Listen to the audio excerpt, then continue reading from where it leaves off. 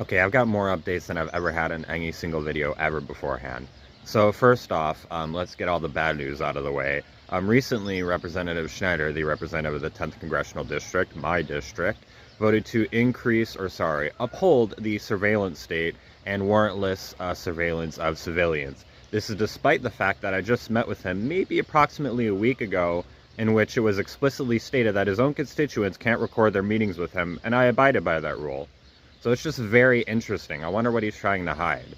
I mean, I know if I were a representative, I would let every single meeting with all of my constituents, including all of my donors, be publicly shown, if not outright just live streamed as they're happening.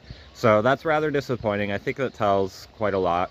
Also, another point of disagreement, we had a long conversation. It was an interesting conversation. I tried my best to be as kind and respectful as I could for someone I so passionately disagree with on so many things, including the sacredness of life itself. So we talked about several other things, one of which is another thing in the news. You may have seen that Israel has already intercepted the next humanitarian aid flotilla. I discussed that with him and asked him why he did not say anything about the previous humanitarian aid flotillas. And I even gave him a bit of an out and said, oh, is this because you would get too much smack from your fellow Israel supporters or AIPAC or whatnot? Are you just a little too concerned? Because if so, I could totally even understand. Which I can't, but I was trying to be nice. He just genuinely argued against the humanitarian aid flotillas. He just said that they were objectively wrong. He said that he objectively opposes them.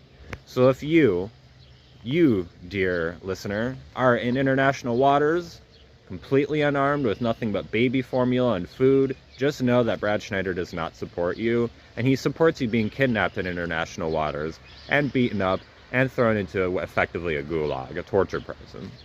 So that was rather disappointing. And again, I did not go into that meeting with particularly high expectations on his policy in regards to Israel and Palestine in general. In fact, that was the original meaning of the intention of the meeting, apologies. But I had switched it over to talking about the original dogs and trying to get his help for that because I figured that was a more productive conversation. I figured even a monster like him would surely see the relevance in this issue and just the political wins, just from a logical level. So, another point that we had a disagreement on is the definition of genocide itself. He just subjectively was like, no, it's not genocide. And he tried to convince me otherwise. I just straight up told him, I'm like, with all due respect, dude, I'm not taking your opinion of what does or doesn't qualify as genocide over literally the entirety of Amnesty International, B'Tselem, countless humanitarian organizations. Like, you're no expert on this. I'll take the expert opinion over yours. And then last but not least,